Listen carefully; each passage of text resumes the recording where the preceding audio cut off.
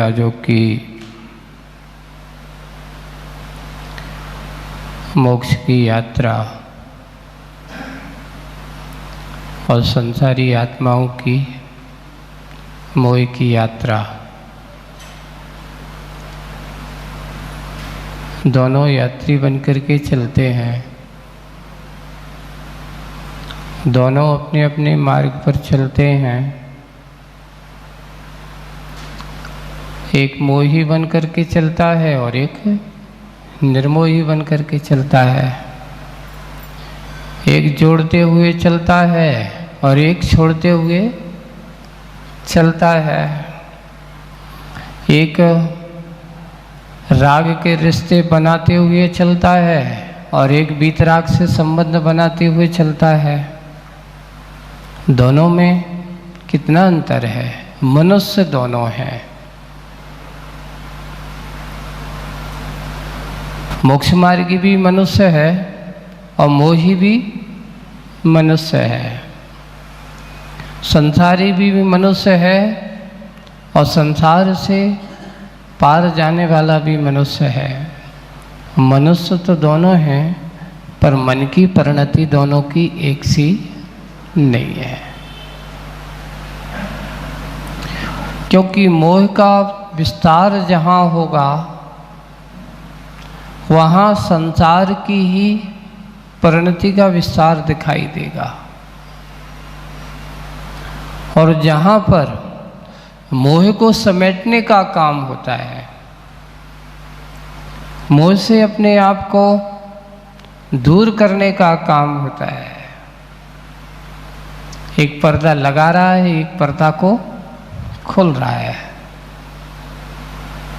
आवरण जब तक अपनी आत्मा के ऊपर मोह आदि के पर्दे का आवरण रहता है, तब तक इसको अपने स्वभाव की अनुभूति हो ही नहीं पाती है।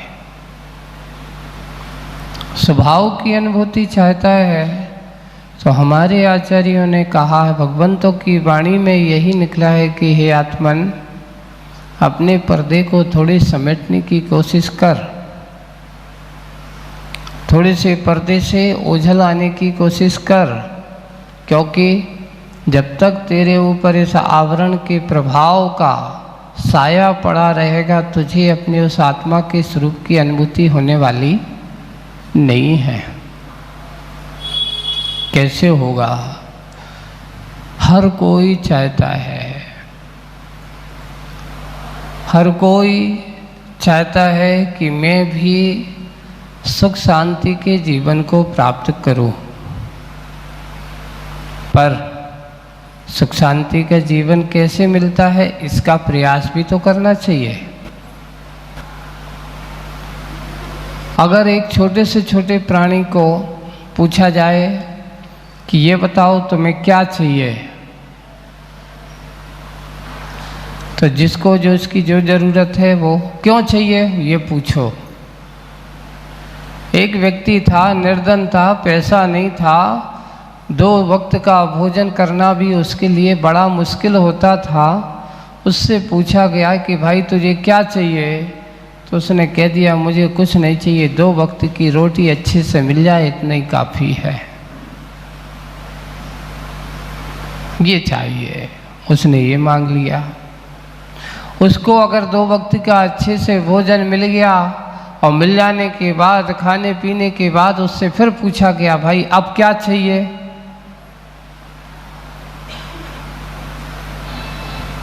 जब आदमी को कुछ मिल जाता है तो इच्छाएं बढ़ती हैं कि घटती हैं, बताओ। संसारी आत्मा की दशा ये है कि एक इच्छा पूरी होती नहीं है, दूसरी इच्छाएं और बढ़ाता चला जा। अब वो अभी तक तो ये कहता था कि भैया कुछ मिले या ना मिले, 2 वक्त का भोजन अच्छे से मिल जाए। भोजन मिलने लगा तो वो कहता है कि कहाँ तक इस झोपड़ियों में रहूँगा, भगवान एक काम करो, थोड़ा सा घर बन जाए बड़ा सा, या छोटी सी झोपड़ी बन जाए, जिससे कम से कम हम साता से क्या कर सकें, सो सकें, रह सकें, बैठ सकें। प्रयास किया गया और पुरुषार्थ किया गया, और हुआ उसके फल से उसका घर भी बन गया। घर बन गया, घर बन जाने के बाद अब उसको पूछता है कि भाई देख, तुझे रोटी की व्यवस्था हो गई, घर की व्यवस्था हो गई, अब और क्या चाहिए? महाराज वो कहेगा घर तो बन गया पर घर में घरवाली तो है ही नहीं है।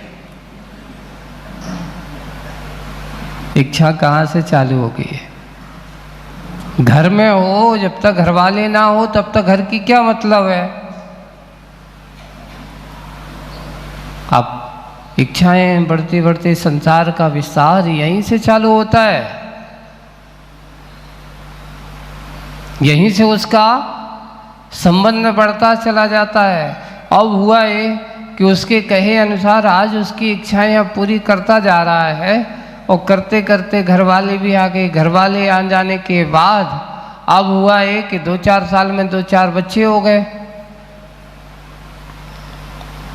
है ना। और बच्चे हो जाने के बाद अब छोटा सा घर था तो वो कहने क्या न लगा, अब तो बड़ी समस्या आ गई है। क्यों? बच्चे भी हो गए हैं, घर बहुत छोटा था, हमने तो सोचा था कि एक छोटी सी झोपड़ी में जीवन कट जाएगा, अब तो झोपड़ी की जरूरत नहीं, अब तो किसकी जरूरत है? बड़े घर की जरूरत है। इच्छाएं कहाँ से संसारी आत्माओं की, देखना जीवन पूरा इच्छाओं में व्यतीत कर देता है, कभी पूरी होती है? एक के बाद एक, एक के बाद एक, और हमेशा एक के बाद एक के बाद एक इच्छाओं का आगमन चला होता है, आता जाता है, चला जाता है, उसी में जी रहा है, उसी में जी रहा है। यानी इसलिए कहा गया कि संसारी जीव रिश्ते और राग को जोड़ने को अपना जीवन समझता है। मोक्ष मार्गी से पूछा जाता है कि भाई ये बताओ तुम्हारी इच्छा क्या है? वो कहता है भगवान वो दिन कब आए कि घर के जाल से मैं निकल करके आपके मार्ग पर आ जाऊं, मोक्ष मार्ग पर लग जाऊं। मेरे साय इस संसार के विषय कसायों की परिणति से निकल कर के मैं कब इस आत्म सुख के मार्ग को प्राप्त कर सकूं? ऐसा हुआ है मन में विचार, एक छोड़ने की सोचता है और एक जोड़ने की सोचता है। अब आप लोगों को इसलिए बात कही जा रही है कि हमारी परिणति जोड़ने वालों में ज़्यादा है कि छोड़ने वालों में ज़्यादा है। तो अभी तो यही कहोगे महाराज थोड़ी भी अगर कम बड़ी होती तो हम उथल पुथल बीपी बढ़ने लगता है, थोड़ा सा घाटा होता है तो हमारा बीपी भी बढ़ने लगता है, और ज़्यादा मुनाफा होने लगता है तो भी आदमी को फिर कहता है मौका मिला है और कर लो, और कर लो। एक बार एक बहुत अच्छी कथा पढ़ी थी। एक व्यक्ति गरीब आदमी है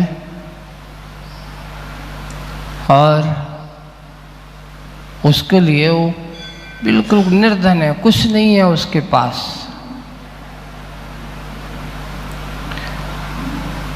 वो अपने राजन के पास पहुंचा कहता है भगवान बहुत दुखी है राजन, मेरे पास जीवन जीने के लिए सर झुकाने छुपाने के लिए भी एक थोड़ी सी भी जगह नहीं है। जैसे तैसे कहीं मजदूरी करता हूँ, मजदूरी करके दिन रात काट लेता हूँ, अपना ऐसा कट रहा है। मैं चाहता हूँ कि मुझे थोड़ा सा आपका अभयदान मिल जाए, आपका थोड़ा सा, क्योंकि आप तो पूरे इस धरती के स्वामी हो, आप तो जहाँ कह दो मैं वहाँ रह सकता हूँ।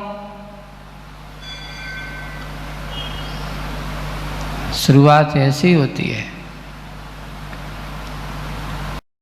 राजा के पास गया, राजा ज्ञानी था, समझदार था। उसने कहा देख इस आदमी की दशा कि अभी तो इसके पास कुछ नहीं है,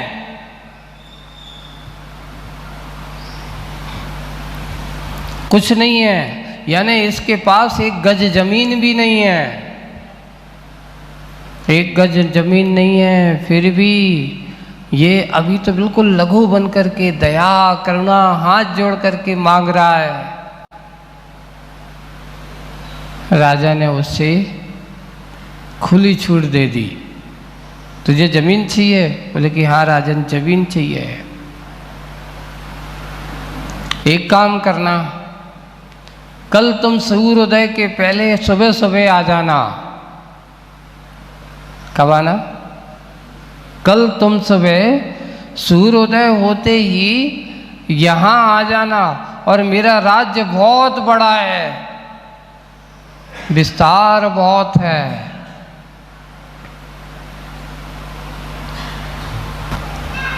अब एक काम करना है, कल मैं तुम्हें जमीन दूंगा। कल मैं तुझे क्या करूंगा? जमीन दूंगा। पर जमीन लेकर के कैसे मिलेगी? उसने कहा भगवान आप ही बताओ कैसे मिलेगी, आप ही बताओ। बोले कि सुबह आना, सुबह ही बताऊंगा। अभी पहले से बताएंगे तो आप अपनी क्या करके आ जाओगे? आदमी को हर चीज पहले से रहस्य खोल दो तो पहले से वो अपनी तैयारी करके आ जाता है। और अगर उसको पहले से थोड़ा सा रहस्य गोपनीय रखा जाए तो मन में उत्सुकता है होगी, पता नहीं क्या मिलेगा, कैसे मिलेगा, क्या देंगे, कहाँ का क्या होगा। सुबह वह पहुंचा राज दरबार में। राजा ने कहा भगवान के सामने हाथ जोड़ के खड़ा है, भगवान मेरे लिए मेरी इच्छा पूरी कर दी जाए, मेरे लिए छोटी सी कुछ ज़मीन मिल जाए जिससे मैं अब वहाँ रह कर के अपना जीवन यापन कर सकूं। उन्होंने कहा आज तुझे ज़मीन मिलेगी, आज तुझे ज़मीन मिलेगी। बस आज तुम्हें अच्छा गर्मी का समय था, ज्येष्ठ मास की धूप चिलचिलाती हुई धूप है, गर्मी के समय है। उससे कहा कि आज तुम यहाँ से राजमहल के बाहर से, इस नगर के बाहर से जहाँ से तुम चलना प्रारंभ करोगे, मेरा एक घुड़सवार तुम्हारे साथ भी चलेगा। और जितने तुम पैदल, तुम्हारे पैरों में जूते नहीं होंगे, सिर पे कोई कपड़ा नहीं होगा। शर्त तो यह बाप की ऐसी है, जैसे गरीबी हालत तुम्हारी है वैसे। बस जितना तुम चलोगे आज उतनी जमीन मिलेगी। कितनी जमीन मिलेगी? आज सूर्यास्त तक तुम जितना पैदल चलोगे उतनी जमीन के मालिक तुझे बनाया जाएगा।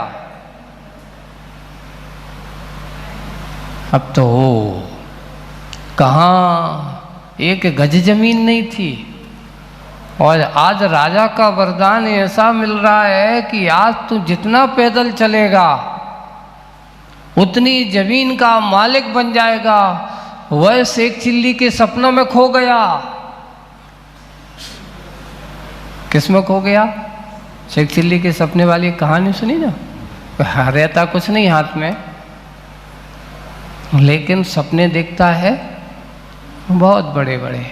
वो सोचता है ये तो बहुत अच्छा मौका है, इससे तो मेरा पूरा जीवन क्या, मेरी तो कई पीढ़ी क्या हो जाएंगी। अभी उसको अपनी चिंता नहीं है, किसकी चिंता में डूब गया, किसके बारे में सोचने लगा है। अब उसने कहा अच्छा ये बहुत अच्छा मौका मिला है, अब तो मैं जितना चलूँगा उतनी ज़मीन मिलेगी, जितना चलूँगा उतनी ज़मीन मिलेगी। उसने चलना प्रारंभ किया और कुछ भी खाया पिया नहीं, खाने पीने की बात मत सोच, अगर तू रुक गया तो उतनी ज़मीन कम हो जाएगी। लोभी बन गया, चलता जा रहा है, चलता जा रहा है। 1 कोस हो गया, 2 कोस हो गया, आखिर खाया पिया कुछ नहीं है, चक्कर आने लगे हैं। फिर भी जैसे ही बैठ जाता वो गिर गया, उठा, आँख खुली, चल खड़ा हो, क्योंकि जितना चलेगा उतनी जमीन मिलेगी। आकल चलता रहा बिना खाए, गर्मी में धूप में उसके पैर जल गए, सिर में गर्मी चढ़ गई, और ये हुआ कि लास्ट तक चलते आखिर बेहोश होकर के जमीन पर गिर गया और उसकी आयु कर्म। सोचो, जमीन मांगने गया था 2-4 गज, प्रलोभन मिल गया, बोले जितना चलेगा उतना, पर उस प्रलोभन के चक्कर में आदमी इतना लोभ में, मौका मिल रहा है तो छोड़ो मत। अरे कह देता ज्ञानी आत्मा, अगर वो बन जाता कि भैया कौन साथ में लेके जाऊंगा, कम से कम जिंदगी से भली घर है कि जमीन, बताओ क्या बड़ा है। हम किसको बना लिया, उसने अपने जीवन को दांव पर लगा दिया। उस गर्मी में उसका जीवन चला गया, जमीन कौन लेकर के गया। राजन की दशा, राजन ने कहा कि देख ऐसी आत्माएं, वो भी चिंतन करता है। उस राजा को वैराग्य हो जाता है उसकी दशा को देख करके कि संसार में संसारी आत्माएं ऐसी, मात्र थोड़े से प्रलोभन दे दो तो अपना जीवन भी समाप्त कर दे। पर उसने ये नहीं सोचा कि अपना जीवन समाप्त हो जाएगा, कौन जमीन का वारिस बनेगा, कौन जमीन का मालिक बनेगा। मालिक बनने वाला तो चला गया। हम वही दशा, यही परिणतियाँ हैं संसार में। कितने होते हैं, आज की नहीं है, इस आत्मा के संसार में ऐसे ही लोग, लालच, कसाय इनके पड़ जाते हैं और उससे कुछ भी हाथ नहीं लगता और सब कुछ हाथ से चला जाता है। और बात तो सत्य है, कितना ही जोड़ लो, कुछ भी कर लो, पर साथ में जाता तुम्हारी आत्मा के अलावा और कुछ भी साथ। जब तुम्हारा शरीर भी साथ नहीं जाता तो तुम्हारी संपत्ति साथ कैसे जाएगी। आज की कविता भी अपन पूज्य आचार्य भगवान की जो लिखी है कि हे आत्मन मोही बन करके जीना है, कैसे बनना है, तो पेज नंबर 64 पर अपन पढ़ते हैं मुक्ति का। कविता का शीर्षक क्या है, मुक्ति का। अच्छा है, क्यों मुग्ध हुआ है, क्यों मुग्ध हुआ है। मुग्ध का अर्थ है बिल्कुल तन्मय, बिल्कुल उसमें रम गया।